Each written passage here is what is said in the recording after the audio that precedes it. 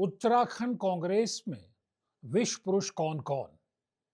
जिस अंदाज में हरीश रावत ने गणेश गोदियाल के कार्यभार संभालते संभालते मंच से जो धमाका किया कि कांग्रेस को उसके विश्व पुरुषों ने बहुत नुकसान पहुंचाया है, लेकिन अब ये विश्व पुरुष हैं, अगर उनमें जहर बाकी है तो वो जहर हरीश रावत की जेब में डाल दें, उसको वो अपने कंठ में रख लेंगे, लेकिन कांग्रेस का और नुकसान ना करें। बड़ा सवाल ये है कि आखिर हरीश रावत का इशारा कांग्रेस के कौन से विश्व पुरुषों की तरफ था। वो कांग्रेस के विश्व पुरुष कौन हैं? क्या खुद हरीश रावत कांग्रेस के विश्व पुरुष हैं? क्या गणेश गोदियाल विश्व पुरुष हैं? प्रीतम सिंह, हरक सिंह रावत, यशपाल आर्य, करण महारा या फिर दूसरे नेता, आखिर कांग्रेस के विश्व पुरुष कौन से हैं? किन की तरफ इशारा हरीश रावत कर रहे थे? ये मुद्दा लगातार कांग्रेस के भीतर उठ रहा है, सोशल मीडिया में भी उठ रहा है। कुछ लोग तो सीधे ठीकरा हरीश रावत के सर ही फोड़ दे रहे हैं कि वही कांग्रेस के असली विश्व पुरुष हैं, क्योंकि 2014 से उन्हीं की सरपरस्ती में लगातार कांग्रेस को लोकसभा और विधानसभा चुनाव में हार का सामना करना पड़ रहा है और उन्हीं की सरकार के समय कांग्रेस में अब तक की सबसे बड़ी टूट भी हुई थी। लेकिन अगर गहराई से गणेश गोदियाल देखना चाहेंगे कि कांग्रेस के भीतर के विश्व पुरुष कौन से हैं जो लगातार 3 लोकसभा चुनाव में कांग्रेस की हार का कारण बने और 2 विधानसभा चुनाव में कांग्रेस की हार का कारण बने, तो कम से कम 2027 को लेकर के रणनीति बनाने में गणेश गोदियाल, हरीश रावत और पूरी कांग्रेस को आसानी रहेगी। सबसे बड़े विश्व पुरुष अगर चेहरों की बात भी न करें तो जो कांग्रेस के जो असली विश्व पुरुष हैं वो नेता हैं, जब टिकट बंटवारे की टेबल पर जब वो नेता बैठते हैं तो अपने अपने कबीलों को लेकर, अपने अपने धड़ों को लेकर के, अपने अपने यारे प्यारों को लेकर के, जो टिकट को लेकर के जब मारा काटी की जाती है और जो जेन्युइन, जो कर्मठ कार्यकर्ता है, जो नेता लगातार मेहनत कर रहा है किसी विधानसभा क्षेत्र में, जब उसकी टिकट काट करके ऐसे नेताओं के, बड़े दिग्गज नेताओं के करीबियों को टिकट थमा दी जाती है,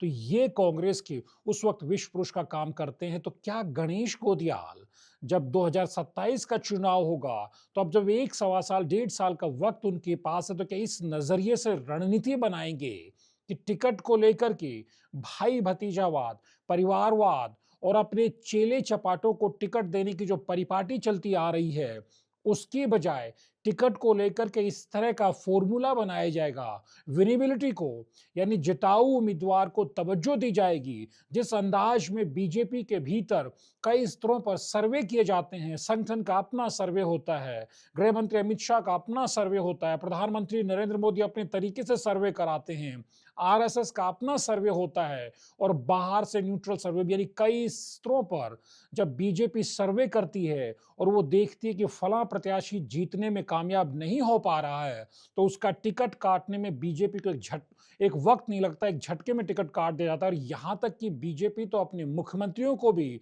चुनाव से 10-12 महीने पहले, साल 1.5 साल पहले इसीलिए बदल देती है कि जब पार्टी हाईकमान को एक फीडबैक मिलता है कि फला राज्य में चुनाव में जाने से पहले अगर फला मुख्यमंत्री रहे तो पार्टी दोबारा सत्ता में नहीं लौटेगी, तो मुख्यमंत्री बदल दिए जाते हैं। उत्तराखंड में भी पिछली बार त्रिवेंद्र सिंह रावत को बदला, तीरथ सिंह रावत को बदला और उसके बाद पुष्कर सिंह धामी को मुख्यमंत्री बनाया गया। तो जब बीजेपी इतना प्रोफेशनल तरीके से जिताऊ उम्मीदवार पर, जिताऊ समीकरण पर फोकस करती है, तो क्या गणेश गोदियाल, जो कांग्रेस में परिपाटी चली आ रही है कि अगर हरिद्वार से लोकसभा का चुनाव हरीश रावत ने लड़ लिया, अगर टिहरी से लोकसभा का चुनाव प्रीतम सिंह ने लड़ लिया, अगर पौड़ी गढ़वाल से लोकसभा का चुनाव गणेश गोदियाल ने लड़ लिया, या फिर नैनीताल से हरीश रावत ने लड़ लिया, या फिर अल्मोड़ा से प्रदीप टम्टा ने चुनाव लड़ लिया, तो फिर उसी आधार पर, यानी नेताओं की ठेकेदारी के आधार पर टिकट बांटे जाएंगे कि अब हरिद्वार हो, अल्मोड़ा हो, या हरीश रावत की चलेगी, टिहरी में प्रीतम सिंह की चलेगी, पौड़ी में गणेश गोदियाल या हरक सिंह की चलेगी। क्या इस डर्रेबाजी को, क्या ये कांग्रेस का विश्व पुरुष लक्षण नहीं है? क्या इसको कांग्रेस, क्या इसको गणेश गोदियाल छोड़ पाएंगे? और जो विनेबिलिटी का फैक्टर है उस पर अभी से काम किया जाएगा। उसके बाद जो सबसे महत्वपूर्ण बात है, जो कांग्रेस का दूसरा विष पुरुष है, क्या वो मुद्दों को लेकर के नहीं है? जब हरीश रावत और उनकी सोशल मीडिया टीम ये डंके की चोट पर ऐलान बार-बार कर रही है कि 27 में अगर सत्ता में आए तो गैरसैंण को स्थायी राजधानी बनाएंगे, तो उसी कांग्रेस के वरिष्ठ नेता, पूर्व कैबिनेट मंत्री तिलकराज बेहड़ विधानसभा में खड़े होकर विधानसभा के बाहर मीडिया के सामने डंके की चोट पर कह रहे हैं कि गैरसैंण को स्थायी राजधानी बनाया जाना संभव नहीं है, और हरक सिंह रावत भी उनकी हाँ में हाँ मिलाते हुए कह रहे हैं कि गैरसैंण को लेकर के जनता को मूर्ख बनाया जाना अब बंद किया जाना चाहिए। वहां ना सुविधाएं हैं, ना लोग वहां जाना चाहते हैं, और गैरसैंण के नाम पर लोगों के साथ एक राजनीतिक छल किया जा रहा है।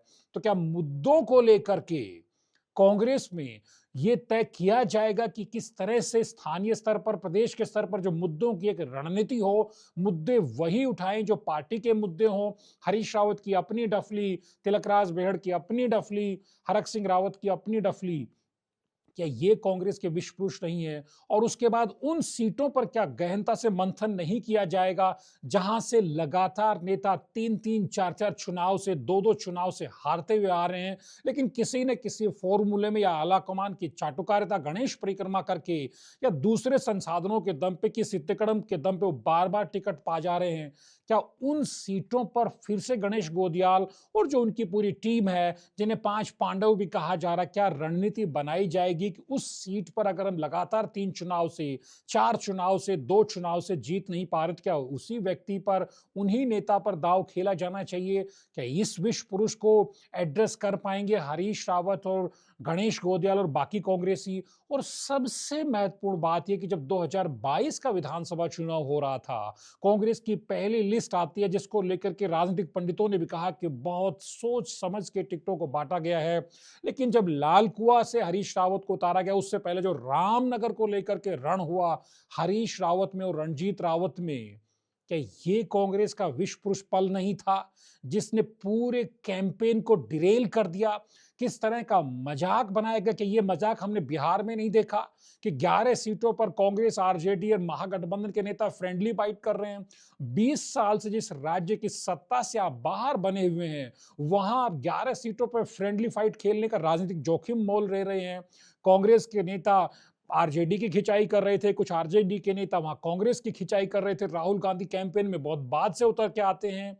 तो क्या उत्तराखंड में जो इस तरह का ड्रामा 2022 में देखने को मिला था कि हरीश रावत रामनगर के लिए लिख चल पड़ते हैं, फिर उनको लाल कुआं लाया जाता है, फिर लाल कुआं में जिस तरह का बवेला मचता है, नतीजा क्या निकलता है?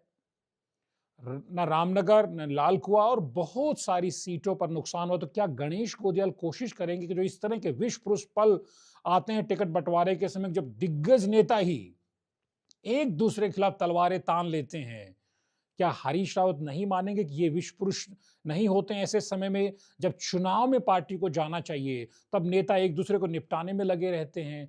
इस तरह के बहुत सारे सवाल कांग्रेस के भीतर हैं। वो बहुत सारे विष पुरुष पल कांग्रेस के भीतर हैं। वो बहुत सारे विष पुरुष कारक कांग्रेस के भीतर है, जिनकी तरफ हरीश रावत ने जाने अनजाने ही सही ध्यान एक तरह से दिलाया है। तो क्या इनको एड्रेस कांग्रेस कर पाएगी? क्या गणेश गोदियाल इन सेक्टर्स पे काम कर पाएंगे? आप मोदी विरोध के नाम पर सिर्फ अपना एक वैकल्पिक नैरेटिव नहीं रखेंगे, सिर्फ मोदी विरोध के नाम पर वोट मांगे, क्या उससे आपको फायदा मिलेगा? और क्या जिस अंदाज में कभी मुस्लिम यूनिवर्सिटी का नैरेटिव बनाया जाता है, इस तरह के नैरेटिव की काट आप कैसे करेंगे? या फिर नमाज पर छुट्टी का जो नैरेटिव बनाया जाता है, इस नैरेटिव की काट आप इस अंदाज में करेंगे? और सबसे बड़ी बात, इस सवाल को क्या हरीश रावत एड्रेस नहीं करना चाहेंगे? क्या ये कांग्रेस का विष पुरुष कारक नहीं होता है कि गाहे बगाए आप मुख्यमंत्री की तारीफ करते, उनके कामकाज की तारीफ करते हैं, आप प्रधानमंत्री नरेंद्र मोदी, गृह मंत्री अमित शाह की तारीफ करते रहते हैं, और गाहे बगाहे आप कांग्रेस के नेताओं को एक तरह से डिमोरलाइज करने जैसे बयान देते रहते हैं। तो ये बहुत सारे सवाल हैं। इन सवालों से गणेश गोदियाल को जूझना होगा। इसीलिए हमने कहा कि गणेश गोदियाल को प्रदेश अध्यक्ष बनाए जाने से कांग्रेस कार्यकर्ताओं में उत्साह और जोश तो जरूर है, लेकिन जिस तरह के हालात और जो कबीलाई कल्चर कांग्रेस के भीतर अरसे से चली आ रही है, उसको ठीक करने में, हाउस को ऑर्डर लाने में गणेश गोदियाल को बहुत पसीना बहाना पड़ेगा।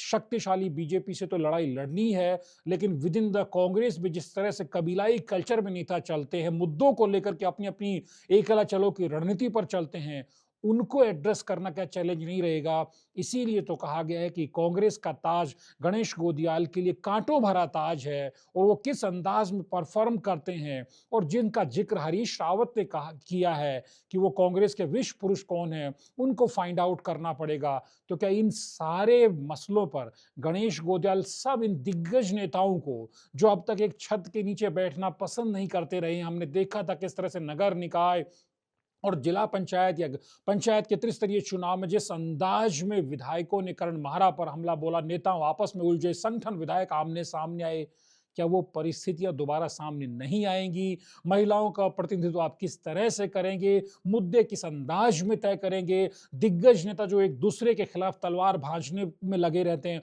उनको काबू में कैसे रखेंगे? और किस अंदाज में प्रदेश की भाजपा सरकार हो या केंद्र की मोदी सरकार हो, यानी डबल इंजन की सरकार की घेराबंदी किस अंदाज में करेंगे? किस अंदाज में जनता के बीच इन मुद्दों को लेकर के जाएंगे?